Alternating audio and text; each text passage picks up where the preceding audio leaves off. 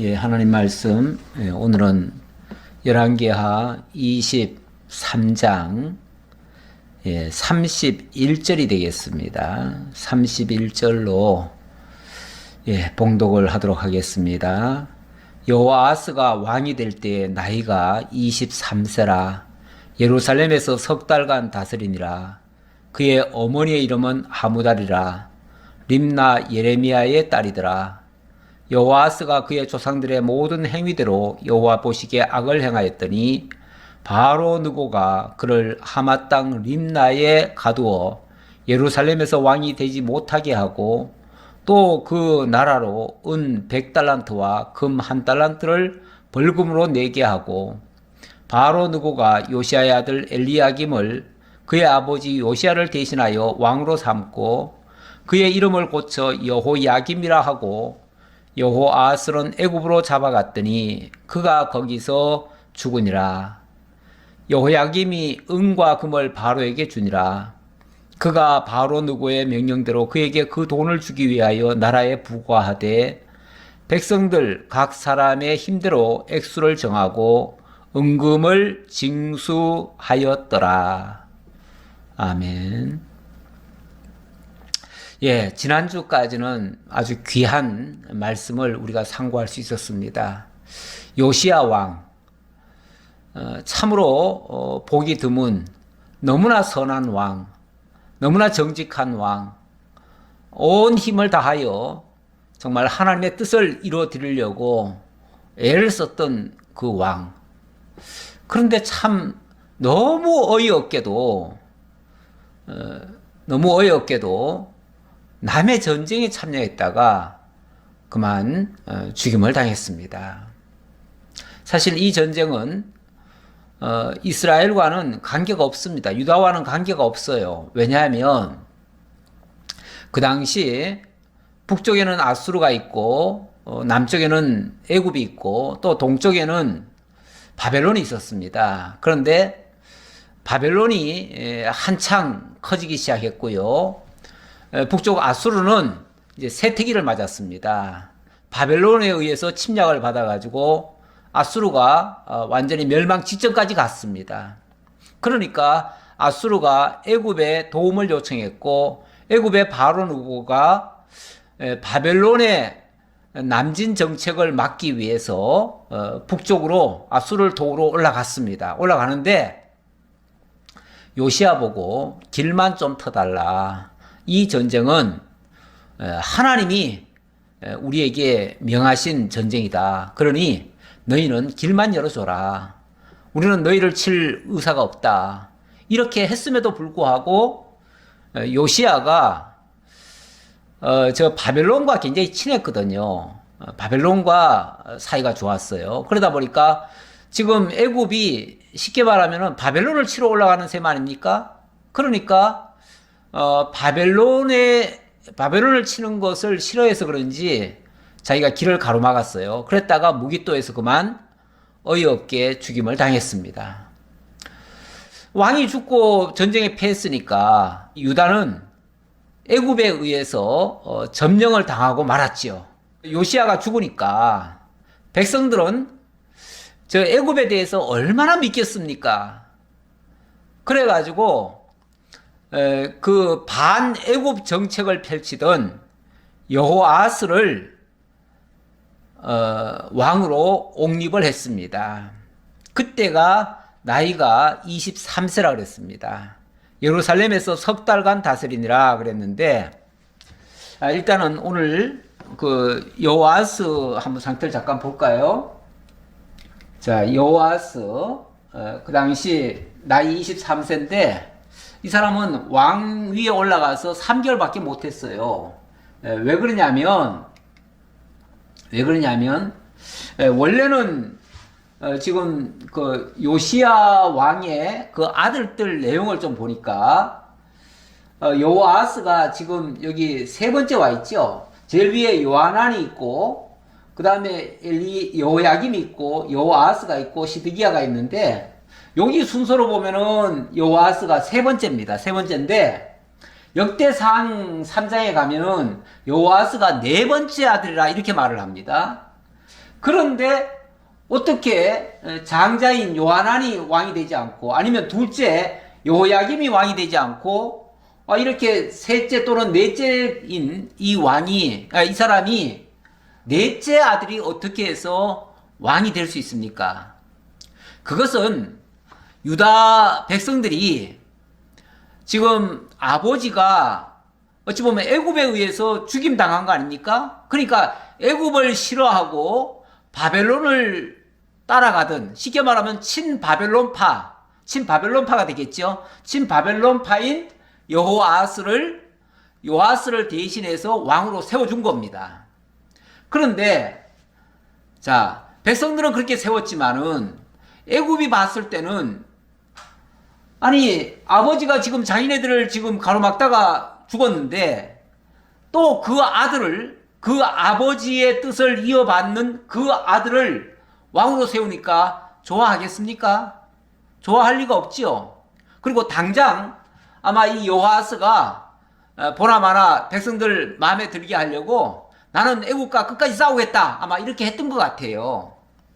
그렇게 하니까 곧바로 바로 느고가 와가지고 여호아스를 잡아가 버린 겁니다.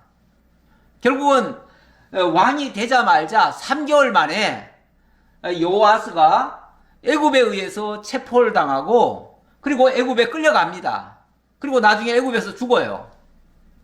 그리고 애굽이 이 두 번째 아들이라고 할 수 있는 여호야김을 자기 나라의 봉신왕으로 세우는 겁니다. 지금 말로 하면 이 꼭두각시 왕이죠.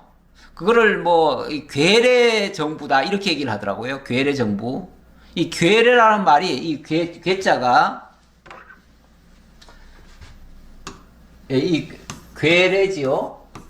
옛날에 우리나라가 저 북한을 향해서 괴뢰 정권, 북한 괴뢰 정권 그랬는데 북한도 우리나라 보고 미 괴뢰 정권 이렇게 얘기를 했어요. 이 괴뢰라는 말이 이게 허수아비입니다. 허수아비고 이 뢰자는 이거는 꼭두각시라는 얘기입니다. 꼭두각시. 그러니까 허수아비고 꼭두각시인 왕. 어느 나라예요? 바로 애굽이 세운, 그러니까 겉모습은 나라를 유지하고 있지만 실상은 아무런 주권이 없는 나라. 전쟁이 일어나도 군대도 파송할 수 없는 나라. 자기들 마음대로 전쟁도 할 수 없는 나라. 이런 나라를 이 괴뢰 정부라고 그래요. 괴뢰 정부. 괴뢰 정부라고 그러는데 쉽게 말하면은 애굽의 괴뢰 정부가 된 거예요. 그러니까 아마도 이 여호야김은 좀 그 애굽에 좀 가까이 지냈던 것 같아요. 뭐 어느 나라든지 그렇습니다. 정치인들 중에 보면은 뭐 지금 우리나라로 말한다면은 뭐 친미파가 있고 친일파가 있고 또 친북파가 있죠. 친중파도 있고 친러시아파도 있고 있습니다. 근데 그들과 친하다는 것은 나쁘지 않습니다. 예를 들어서 친미파가 나쁩니까? 그렇지 않아요. 미국하고 친해야지요. 그러면은 친중파는 나쁩니까? 아니죠. 중국하고도 친해야 되고 친북파도 마찬가지예요. 마찬가지로 어느 나라든지 친일파도 나쁜 게 아닙니다. 일본과 친하게 지내는 건 나쁜 게 아니에요. 그런데 친북이 아니라 또는 친일이 아니라 종북이 되면 문제가 되죠. 다시 말하면 북한을 그대로 따르든지 일본을 그대로 따르든지 하는 거는 이건 종일, 종미, 종북이 되는 거죠. 이렇게 되면 거기에 꼭두각시가 되는 거죠. 그러니까 꼭두각시가 문제지 어느 나라든지 다 친하게 지내는 건 좋아요. 그래서 전략적으로도 정치인들 중에는 친미파도 있어야 되고요. 친일파도 있어야 됩니다. 그리고 친중파도 있어야 되고 친북파도 있어야 되는 겁니다. 그것을 서로 존중해 줘야 됩니다. 인정을 해 줘야 돼요. 왜냐하면 그 나라와의 무슨 마찰이 있을 때는 예를 들어서 북한하고 문제가 생기면은 친북파를 하나 보내줘야죠. 보내가지고 거기서 협상을 잘 하도록 해야 되고, 일본하고 문제가 생기면은 친일파를 보내가지고 친일파하고 그쪽에 문제를 잘 해결하도록 해야지요. 이건 어찌 보면 정략적으로 필요한 겁니다. 나라를 유지하기 위해서는 필요해요. 쉽게 말하면 요시야 왕의 아들 중에도 친애국파가 있고, 이건 친애국파입니다. 친애국파고, 이쪽은 쉽게 말하면 친바벨론파예요. 바벨론파인데, 문제는 이게 평화 시기는 상관이 없습니다. 평화 시기는 상관이 없는데, 이렇게 전쟁이 났을 때, 그때는 이게 극명하게 갈라집니다. 그래가지고 친바벨론파인 여호아스를 백성들이 세웠더니, 애굽이 쳐들어와 가지고는 친바벨론파 여호아스를 그냥 끌고 가버립니다. 그리고는 애굽파 여호야김을 왕으로 세운 겁니다. 그래서 여호아스는 3개월밖에 못했다. 그리고 이 여호야김은 뭐 친애굽파니까 애굽이 원하는 대로 해주는 겁니다. 애굽이 원하는 대로. 그러니까 애굽이 뭘 원했습니까? 예. 바로 누고가 뭘 요구를 했냐면, 너희들이 우리나라한테 대드는 바람에 우리가 저 바벨론을 치러 가야 되는데 엄청난 손해를 봤다. 그러니 너희가 벌금을 내야 된다. 해가지고 벌금으로 은 100달란트와 금 1달란트를 벌금으로 내게 했어요. 이게 적은 양이 아닙니다. 어마어마하게 많은 양인데, 100달란트면요, 한 달란트가 34kg라고 그랬죠.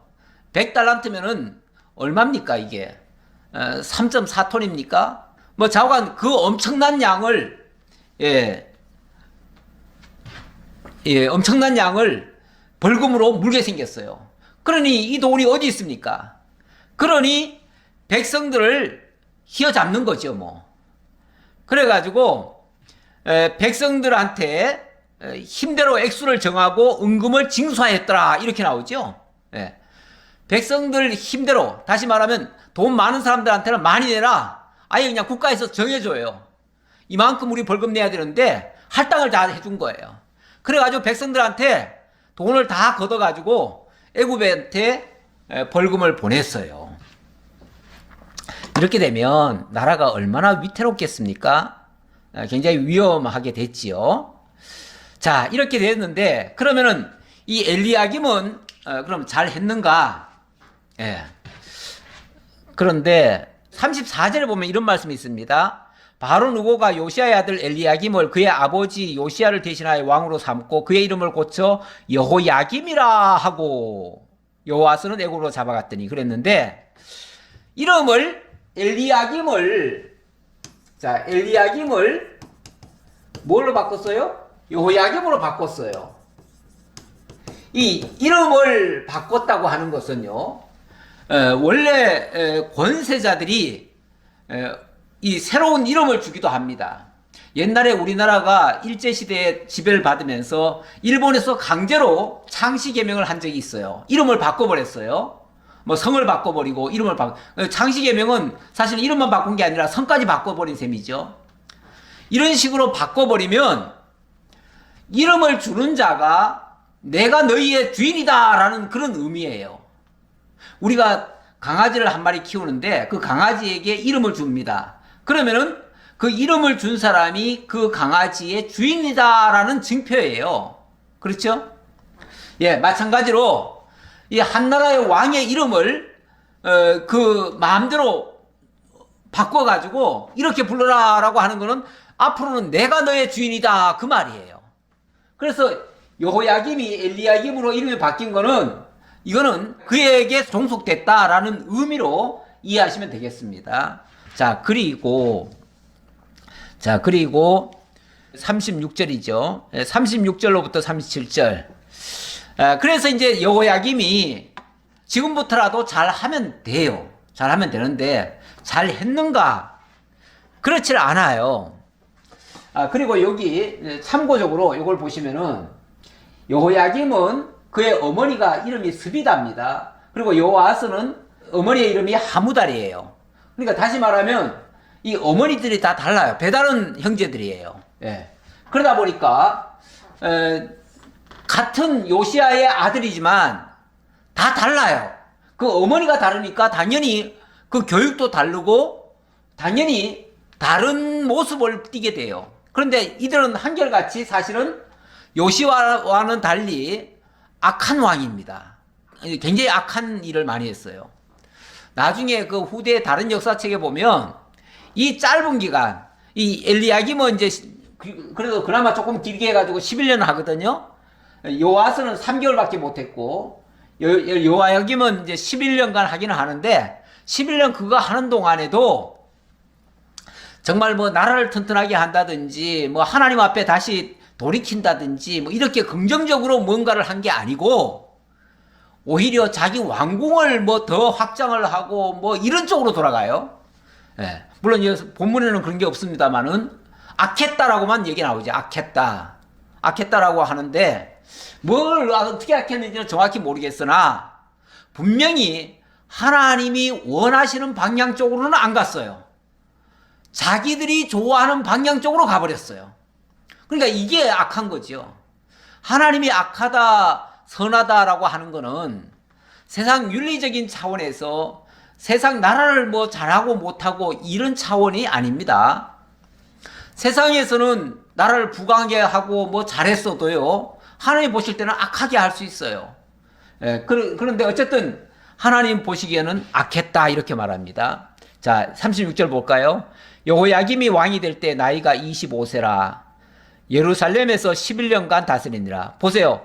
아까 그 여호아스는 22살이라고 그랬나요? 예, 그런데 여기는 25세라고 그러죠. 그러니까 그 위형이죠. 예, 형이 처음에는 백성들로부터 인정을 못 받았던 거예요. 그런데 이 사람이 왕이 돼가지고 11년간 다스렸다. 그의 어머니의 이름은 스비다라 루마 부다야의 딸이더라. 여호야김이 그의 조상들이 행한 모든 일을 따라서 여호와 보시기에 악을 행하였더라. 여호와 보시기에 악을 행하였더라. 이렇게 되면 정말 하나님께로 돌아가서 뭔가 회복될 수 있는 기회를 얻는 게 아니라 오히려 멸망을 더 단축시키는, 그러니까 멸망 쪽으로 더 치닫는, 멸망의 길로 더 치닫는 그런 결과가 만들어지게 되겠지요. 자, 이러다가 결국은 어떻게 되는가? 이제 점점 위험한 상태로 빠져들어갑니다. 24장으로 넘어갑니다. 예, 24장 1절로부터 보니까 여호야김 시대에 바벨론의 왕 느부갓네살이 올라오매 여호야김이 3년간 섬기다가 돌아서 그를 배반하였더니 여호와께서 그의 종 선지자들을 통하여 하신 말씀과 같이 갈대아의 부대와 아람의 부대와 모압의 부대와 암몬 자손의 부대를 여호야김에게로 보내 유다를 처음 멸하려 하시니. 자, 이게 무슨 소리입니까? 갑자기 바벨론의 왕 느부갓네살이 쳐들어왔다고 합니다. 예.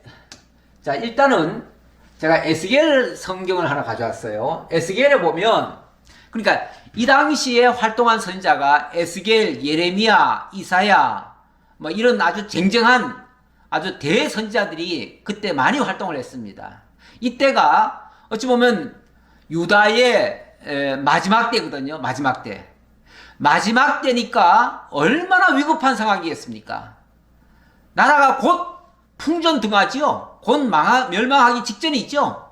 직전이니까 하나님께서는 부지런히 선지자들을 보내십니다. 보내가지고 빨리 회개하고 돌아오라고 촉구를 하십니다.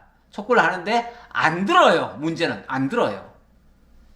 참 이 안 들으니까 대책 없습니다. 에스겔에 가면 이런 예언의 말씀이 있어요. 암사자가 기다리다가 소망이 끊어진 줄 알고 그 새끼 하나를 똘라 젊은 사자로 키웠더니 젊은 사자가 되매 여러 사자 가운데서 왕래하며 먹이 물어뜯기를 배워 사람을 삼키며 그의 궁궐들을 헐고 성읍들을 부수니 그 우는 소리로 말미암아 땅과 그 안이 가득한 것이 황폐하더라. 이 암사자가 기다리다가 소망이 끊어진 줄 알고, 이 말은 이제 제가 요아사라고 그랬는데 사실은 3절부터 봐야 됩니다. 원칙은 3절부터 보면 이 암사자가 사자를 하나 키웠다. 자기 새끼 사자를 키웠다 그 말이죠. 그 새끼 사자가 사실 여호아스입니다. 그런데 이 여호아스가 금방 잡혀가 버려요. 잡혀가 버리니까 새끼 하나를 또 골라서 젊은 사자로 또 키웠대요. 그 두 번째 키운 사자가 여호야김입니다. 근데 이 여호야김도 여러 사자 가운데 왕래하며 먹이 물어뜯기를 배워서 사람을 삼켰다. 그러니까 정치를 바로 한 게 아니고 백성들을 더 힘들게 만들었다 그 말이죠. 더 악행을 냈다 그 말이죠.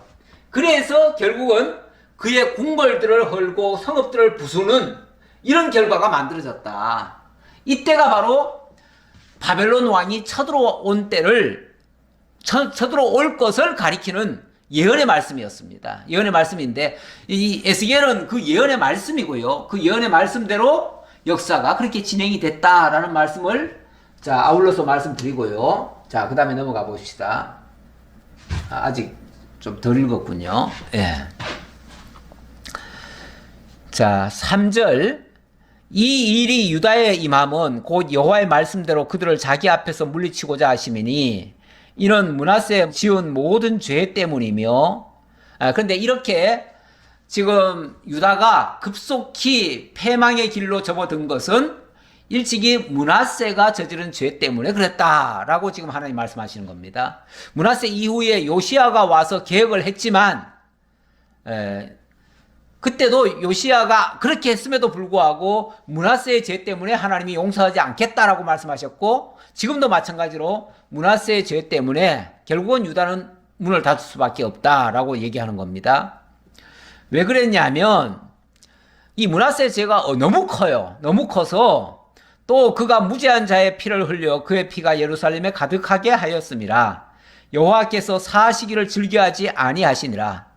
이렇게 엄청난 잘못을 했기 때문에 하나님이 더 이상 유다를 봐주지 않겠다 그 말이죠. 예.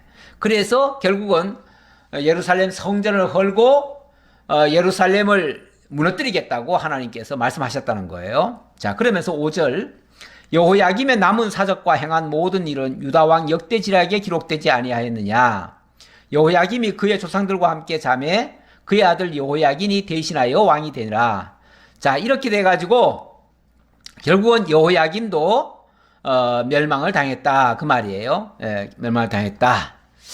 근데 이제 멸망을 당하는데 사실 여기는 자세하게 설명이 안 나오지만 제가 아까 그 얘기를 했죠. 이 여호야김은 친애굽파라고요. 친애굽파. 그런데 지금 세상이 어느 시대입니까? 바벨론이 신흥 강자로 떠올랐습니다. 바벨론이 북아수르를 완전히 삼켰어요. 그리고 났는데도 쉽게 말하면 여호야김은 애굽만 믿고 이 바벨론을 대적을 하려고 했어요. 대적을 하려고 하니까 아니 지금 국제 정세가 완전히 바벨론으로 넘어가는 판국인데 그런데도 뭐 절개를 지킨다고 그렇게 했을까요? 자기는 애굽파니까 나는 애굽만 믿고 나는 애굽이 든든하게 우리를 지켜줄 거다 이렇게 믿었는지 모르겠지만 우리 하나님 그렇게 말씀하시죠. 애굽을 의지하면 애굽은 상한 갈대라 너희를 도로 찌를 것이다 이런 말씀 하신 적도 있어요.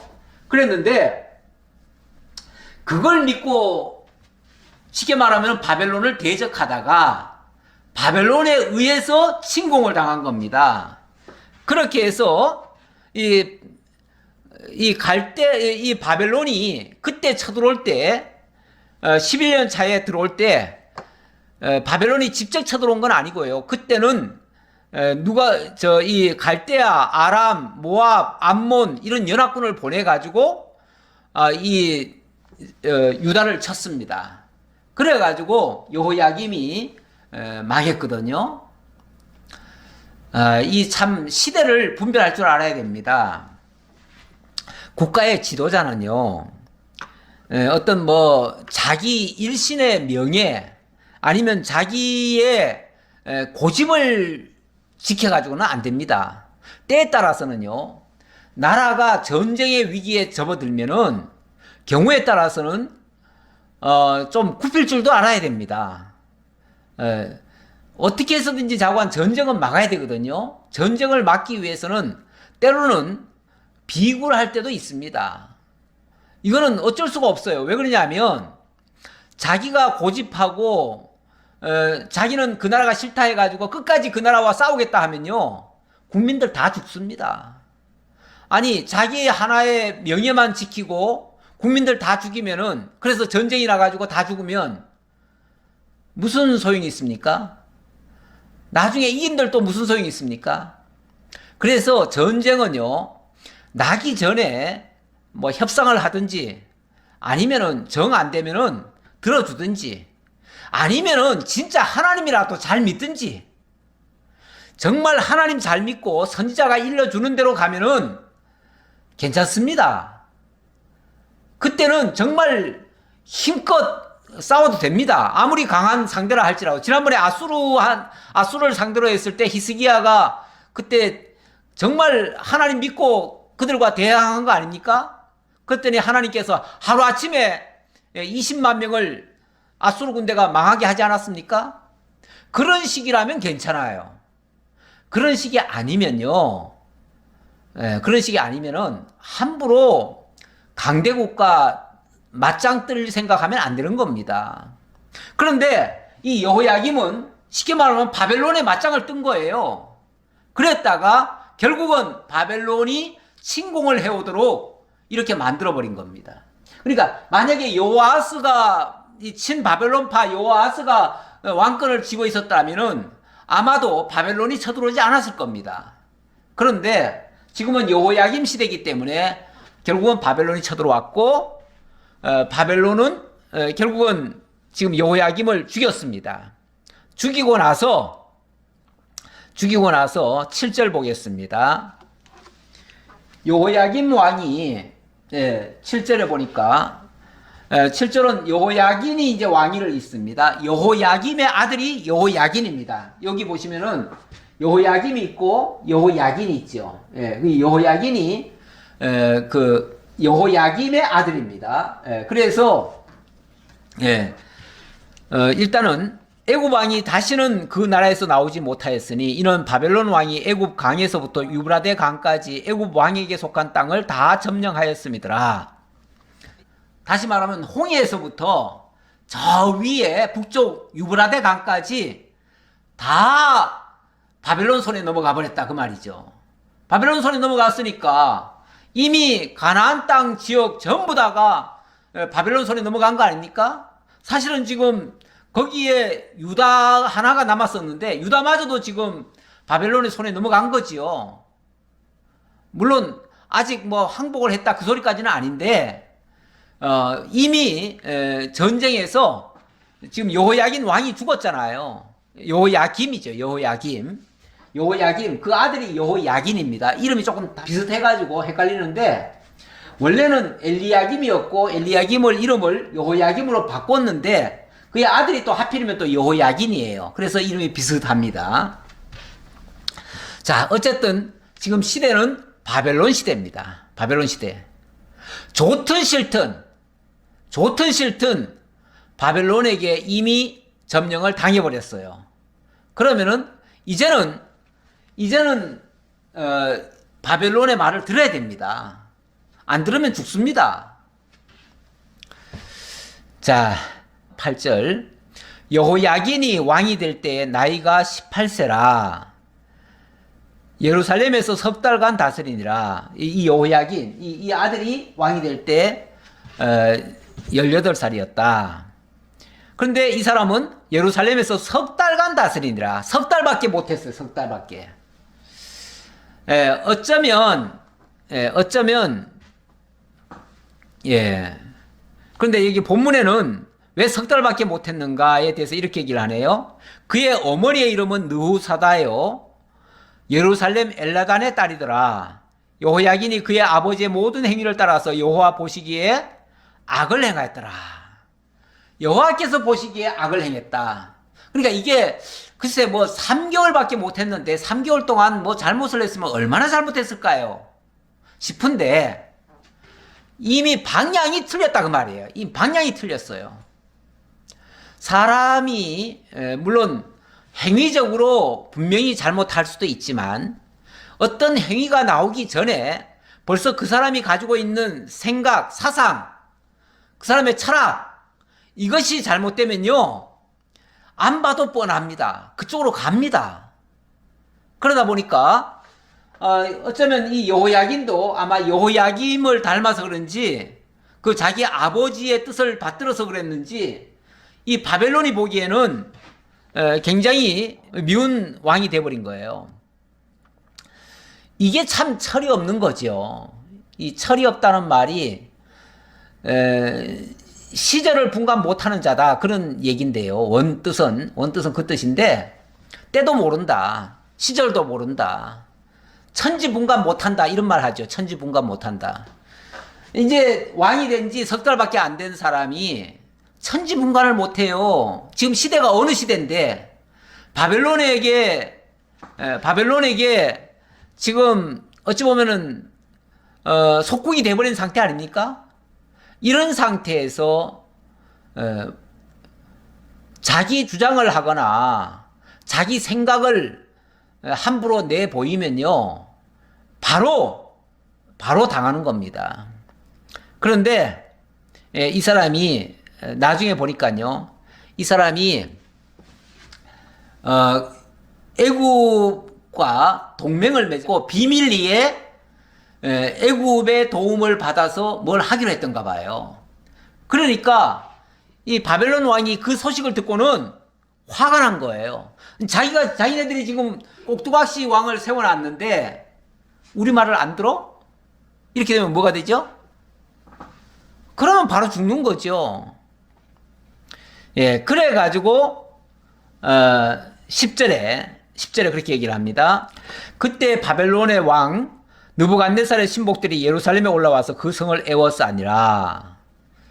또 침공을 당하는 거예요. 아니 3개월 전에 그의 아버지 여호야김을 죽이고 자기를 왕위에 올려놨는데 또 말을 안 들어요? 이거는 죽을 짓을 아예 하는 거죠. 또 죽을 짓을 하는 거죠. 그러니까 바벨론 왕인 입장에서는 얼마나 화가 나겠어요. 내가 3개월 전에 거기 가가지고, 그때는 자기가 직접 온 건 아니고요, 그때는 주변의 나라들을 통해서 항복을 하게 만들었어요. 주변의 나라들이 이미 바벨론에 다 넘어갔거든요. 넘어가니까 바벨론 왕이 그 주변 나라들 왕한테 명령을 해가지고 저 유다도 복속시켜라 했던 거예요. 그랬더니 유다가 그렇게 해가지고 이제 그 여호야김을 죽인 거 아니겠어요? 죽이고 그의 아들 여호야김을 너는 내 말 들어야 된다 하고서 왕으로 올려줬어요. 사실 어떤 면에서 이 정도만 해도 크게 봐준 거 아닙니까? 아니 어느 나라를 정복했는데 그 아들에게 왕위를, 그러니까 자기네들을 대적한 왕을 죽이고 그리고 그 아들을 왕으로 세워줬다? 이거는 어찌 보면 바벨론이 선정을 베푼 거예요. 어찌 보면 전에 요시야 왕이나 또 히스기야 왕이나 이런 왕들이 바벨론과 친했어요. 친했기 때문에 어찌 보면 바벨론이 봐준 거예요. 그런데 그 봐준 것도 모르고 다시 뒤쪽에서 애굽 믿고 또 동맹을 맺어가지고 또 싸우려고 덤벼요? 이런 거는 초장에 박살을 내야 된다 해가지고 이번에는 느부갓네살이 직접 올라와 버렸어요. 직접. 그래가지고 일단은 먼저 자기 신하들 보고 가서 빨리 저놈 잡아라. 그래 놓고는 자기가 직접 쫓아 올라왔어요. 그래서 11절에 보니까 그의 신복들이 에워쌀 때에 바벨론 왕 느부갓네살도 그 성에 이르니, 아니 그 대국의 황제가, 여기는 사실 왕이라고 돼 있지만은 황제입니다. 황제가 그 조그만 나라를 침공하는데 직접 올 정도예요? 그거는요 엄청나게 화가 났다는 거예요. 엄청나게. 그래가지고 그 성에 이르니 유다의 왕 여호야긴이 그의 어머니와 신복과 지도자들과 내시들과 함께 바벨론 왕에게 나아가매 왕이 잡으니 때는 바벨론 왕 8째 해이라. 이 느부갓네살이 왕이 된 지 8년째 되던 해다 그 말이죠. 자, 그래서 이번에는 비록 항복은 했지만은 그냥 좋게 넘어갈 수가 없어요. 그래서 왕이 직접 왔기 때문에 이번엔 그냥 못 들어간다. 그래가지고 몽땅 좋은 것들 다 뽑아갑니다. 다 뽑아가느라고 그가 여호와의 성전의 모든 보물과 왕궁의 보물을 집어내고, 뭐 전에 여호야김이 애굽에 낼 때는 벌금으로 냈어요. 벌금. 그거는 얼마 내라 해가지고 그걸 그냥 알아서 이렇게 내준 거거든요. 근데 이번에는 그게 아니고 얼마 내라고가 아니라 아예 그냥 다 쓸어가는 거예요. 쓸어가.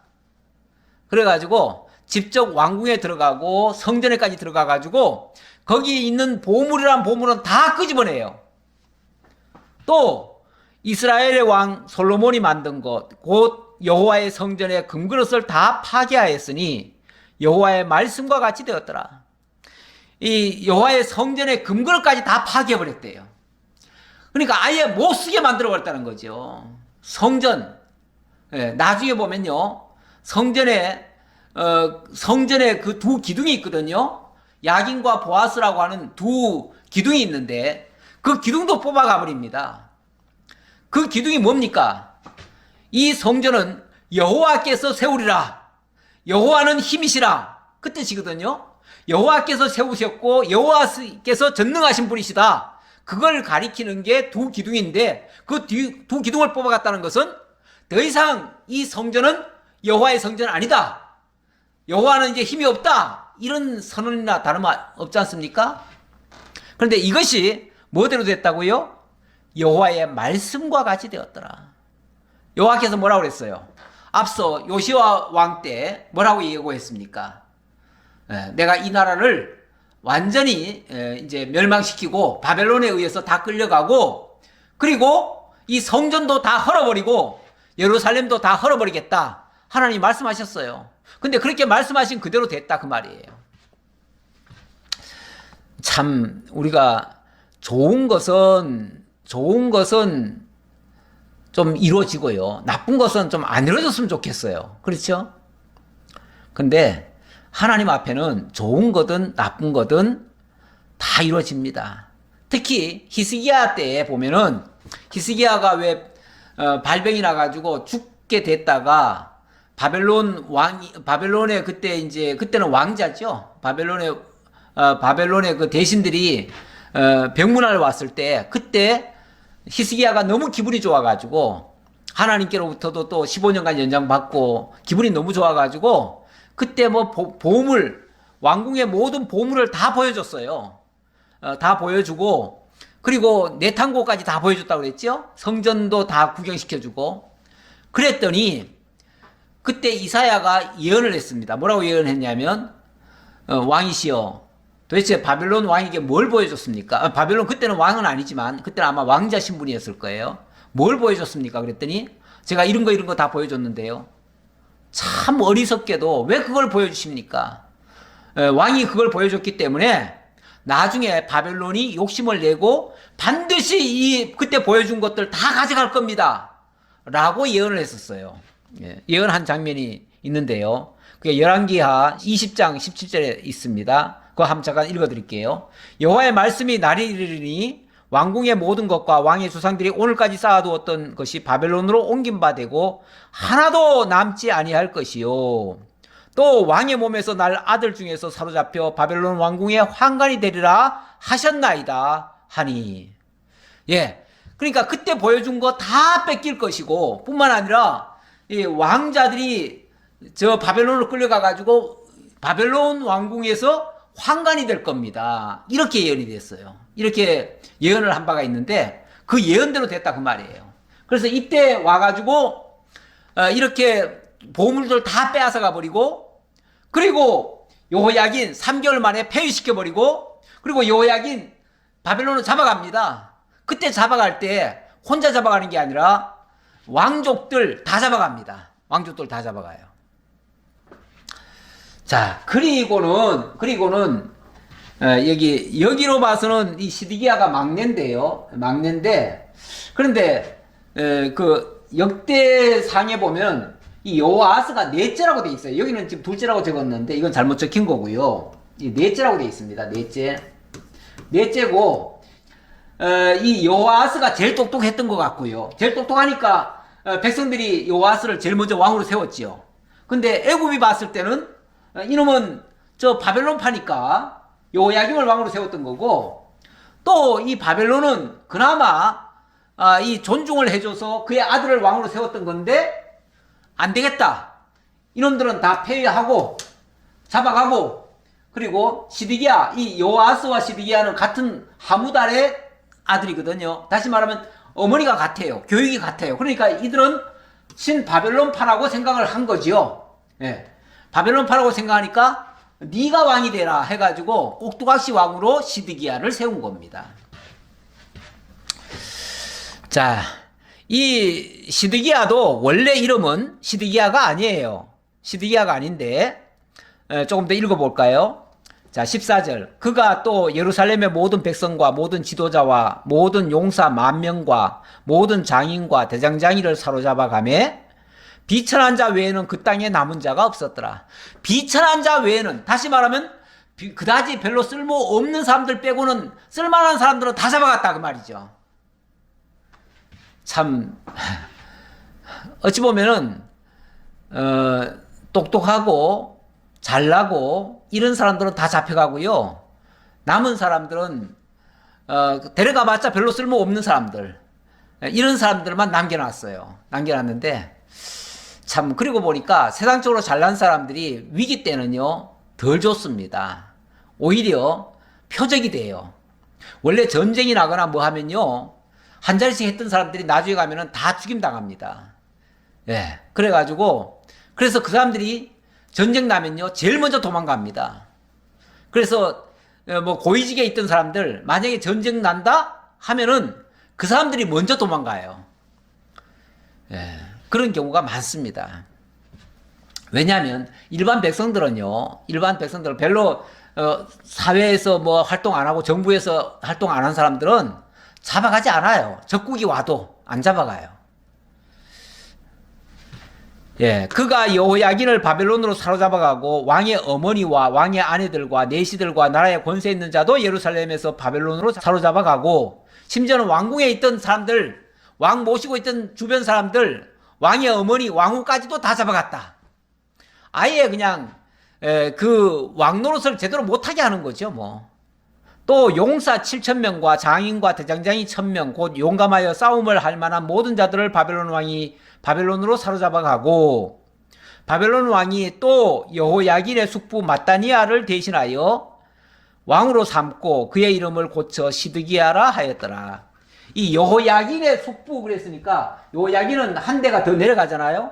그러니까 삼촌이 되겠죠. 삼촌인 시드기야. 그러니까 이제 왕 입장에서는 삼촌이 되는 거겠죠. 그래서 시드기야를 왕으로 세웠는데 이 사람의 원 이름은 마따니아입니다. 마따니아. 이 마따니아인데 이름을 또 시드기야로 바꿨어요. 아까 말씀드렸지만 이 어느 나라를 정복하고 그 사람의 이름을 바꾼다는 것은요, 이제부터는 너는 내 꼭두각시야. 내 말만 들어야 돼. 앞으로 내가 너를 세웠으니 내가 주인이야. 그 말이죠. 내가 주인이야. 그러니까 이름을 바꿨다는 것은 그가 이제부터는 꼭두각시가 됐다. 이 말이에요. 자, 불행한 일이죠. 불행한 일인데, 자, 18절 볼까요? 그러면 이 시드기야는 이제부터 바벨론 말을 잘 들었을까요? 바벨론 말 잘 들으면은 그나마 괜찮아요. 왜냐하면 이 바벨론이 한때는 그 선대 왕들이 자기네들과 친했기 때문에 이 유다를 완전히 박살낼 마음은 없었어요. 완전히 진멸시키고 없애버릴 생각을 안 했다 그 말이에요. 그러니까 이 말을 안 들었지만은 그래도 그냥 왕을 세워준 거 아니겠어요? 꼭두각시지만 꼭두각시 왕이라도요 왕노릇 유지하고 있다 보면 나중에 가면요 다시 또 회복될 수도 있어요. 그렇기 때문에 어쨌든 지금은 좀 비굴하지만 말을 들어야 됩니다. 들어야 돼요. 근데 희한하지요. 왕이 되고 나면 은근슬쩍 자기의 체면과 자기의 어떤 자기를 내세우려고 하는 게 있어요. 그리고 백성들은 아무래도 지금 바벨론 시대 때면은 바벨론의 침략을 받은 백성들 입장에서는 바벨론이 밉지요. 그러니까 반바벨론이 되지요. 되니까 백성들 편에 편승을 하는 거예요. 편승을 해서 쉽게 말하면 가만히 보니까 백성들이 다 반바벨론으로 지금 돌아가고 있다. 그렇다면 나도 백성들 마음에 들게 해야지. 백성들한테 인기를 얻어야지. 이렇게 생각을 했는지 안 했는지 그거는 자세히 모르겠지만 어쨌든 이 시드기야가 반바벨론 파가 됩니다. 반바벨론. 이 성경에 이렇게 이것도 일종의 뭐 정치적이라면 정치적이죠.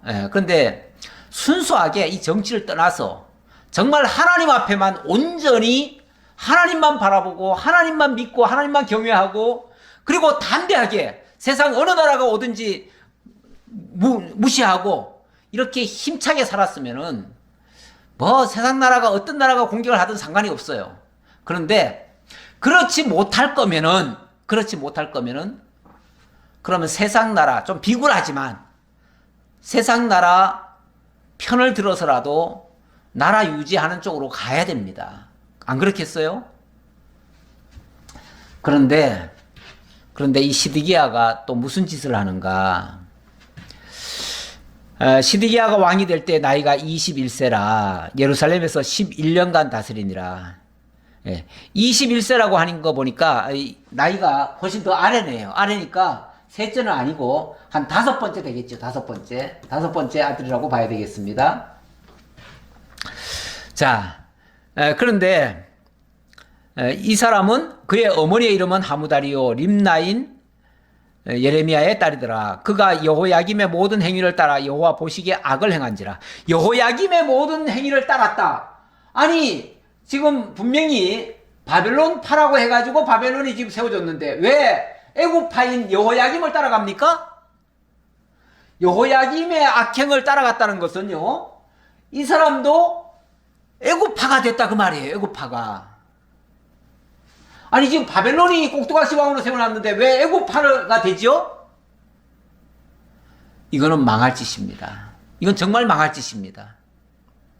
이런 모습을 보고 예레미야가 너무너무 걱정이 됩니다. 하나님께서 예레미야를 보내요. 보내가지고 예레미야야 너 시드기야한테 가가지고 바벨론에 항복해라. 바벨론 거역하지 말아라. 바벨론 말 들어라. 이렇게 촉구를 합니다. 촉구를 하는데 그런데 이 시드기야가 어떻게 행동을 하는가? 시드기야는 참 이거 청개구리예요. 청개구리. 하지 말라는 짓만 골라서 합니다. 그래가지고 어떻게 하냐면 하나님께서 그래요. 하나님께서 예레미야야 너 이 토기장이에 토기를 가져가서 아예 그 앞에 가서 그냥 다 깨트려버려라. 바벨론이 와서 너희들 이렇게 깨트릴 것이다. 그러니까 너희들 빨리 쉽게 말하면은 시드기야가 항복하지 않으면은 너희들 이렇게 다 망한다. 다 망한다. 그러면서 실물 교육까지 보여주면서 이렇게 경고를 했습니다. 경고를 했는데 시드기야가 말 안 듣습니다.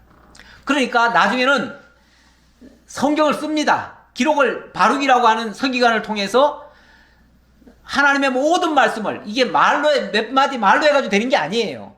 법부모수도 하고 뭐 여러 가지 지금 막 경고를 했어요. 근데 안 통해. 안 통하니까 나중에는 글을 썼습니다. 글을 아주 장문의 글을 써가지고 하나님의 모든 뜻을 다 알려줬어요. 그래가지고 그것을 바룩을 통해서 그 왕에게 전달을 하게 했어요. 그랬더니 그 소위 말해서 그 상소문 같은 거 아니겠어요? 근데 그거를 바룩한테 그걸 받아가지고 그걸 본 사람이 깜짝 놀래요. 아니 이거는 지금 나라가 망한다는 얘기인데 이런 얘기를 어떻게 네가 왕한테 전할 수 있느냐? 네가 왕한테 직접 전하면은 너 죽는다. 그러니까 너 빨리 저 예레미야하고 도망가라 그래 놓고는 그걸 가지고 왕 앞에 가가지고 그 편지를 읽어줍니다. 그 내용을. 예. 하나님의 경고의 말씀을 다 읽어줘요. 읽어줬더니 어떻게 하는가? 예레미야서에 보면 이렇게 나옵니다. 그때 시드기야 왕이 겨울 궁전에 앉았고 그 앞에서는 불피운 화로가 있더라. 참 한가하지요? 지금 나라가 풍전등한데 한가합니다. 겨울 궁전에 가가지고 불피운 화로 앞에 앉아가지고 놀고 있어요.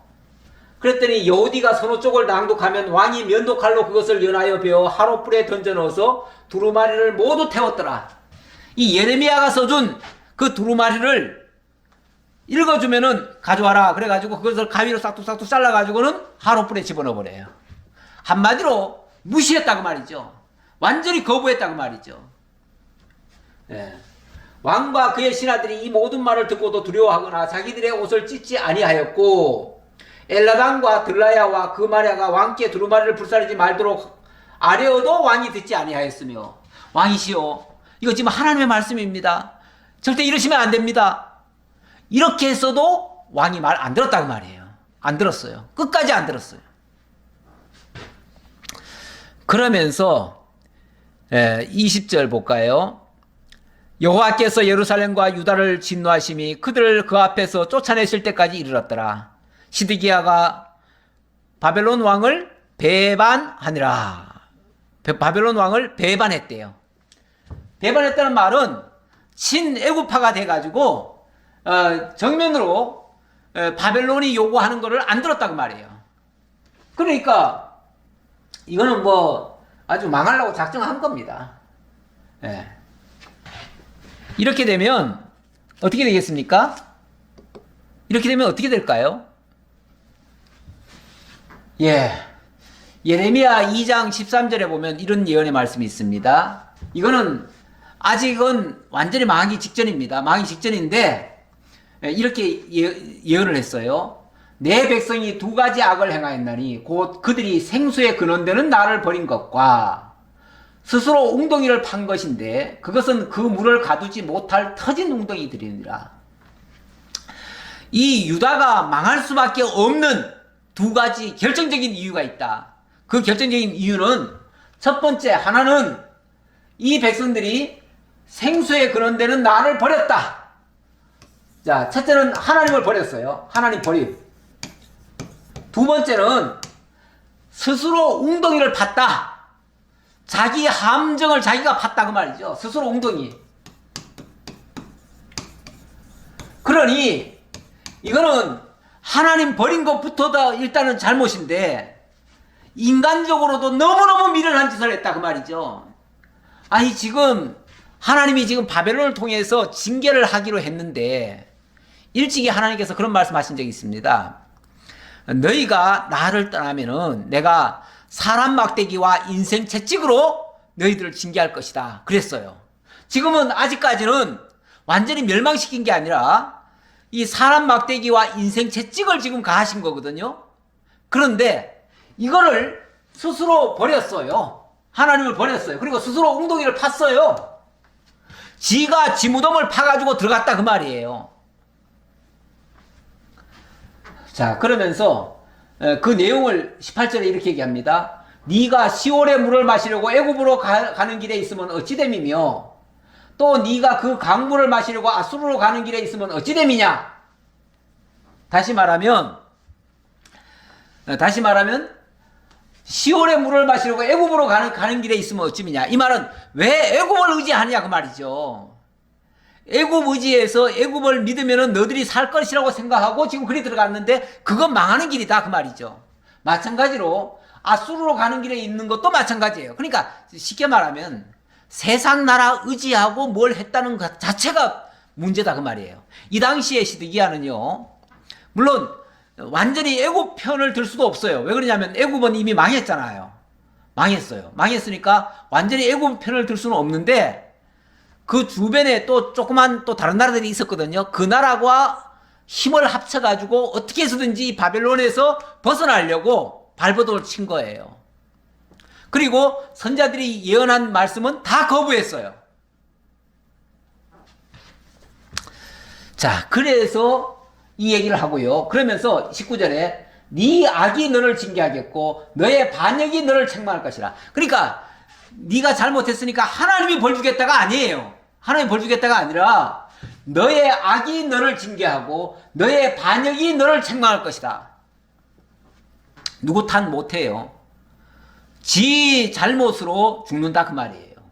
그런즉 내 하나님 여호와를 버림과 내 속에 나를 경외함이 없는 것이 악이요 고통인 줄 알라. 그게 악이고 그게 고통인 줄 알게 하려고 결국은 망할 수밖에 없다 그 말이죠. 그러면서 주 만군의 여호와의 말씀이니라. 주 만군의 여호와의 말씀이니라.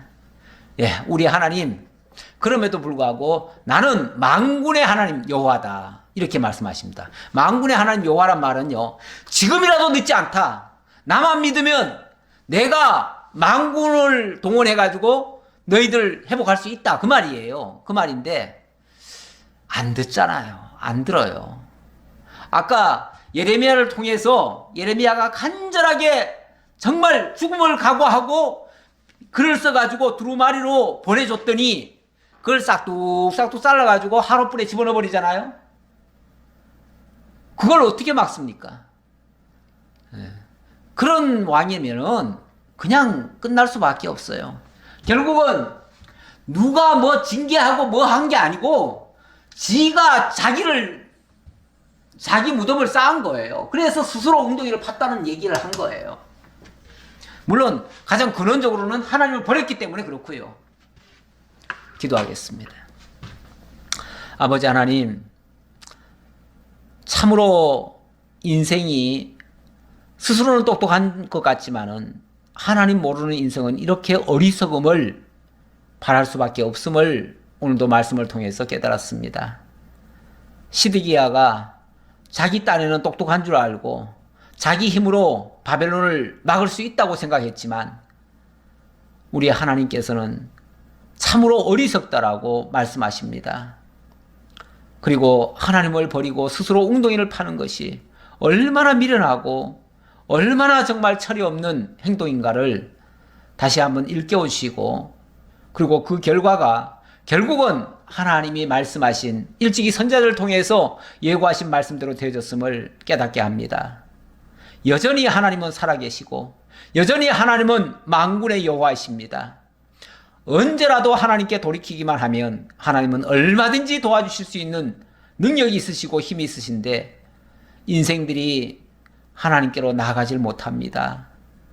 참으로 가련한 인생들 불쌍히 여겨주시고, 오늘 우리도 하나님을 알지 못한다면 결국은 자기 꾀에 다 망할 수밖에 없음을 기억하고 나 자신을 내려놓고 하나님 앞에 겸손히 무릎 꿇고 하나님의 인도만 따라가는 지혜로운 자들 다 될 수 있도록 인도해 주옵소서.